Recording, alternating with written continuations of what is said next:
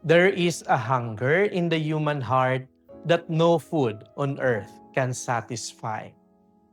In today's gospel, Jesus says, I am the living bread that came down from heaven.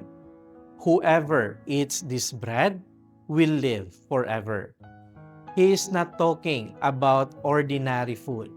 He is speaking to our deepest hunger, the hunger for love, for peace, for meaning. Many of us look okay on the outside, but inside, we are tired.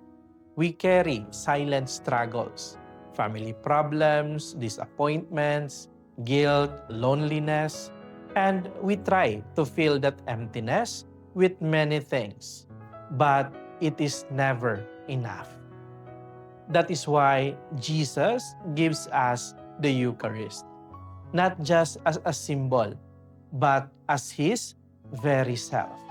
He comes to us not to judge us, but to be close to us, to heal us from within. And when we receive Him, something sacred happens. We are not only fed, we are slowly transformed. We begin to love more, forgive more, understand more. We begin to become like Christ. So today, come to Him with an open heart. Let Him enter your life. Let Him feel your hunger. Because the one you receive is the only one who can truly satisfy your soul. Amen.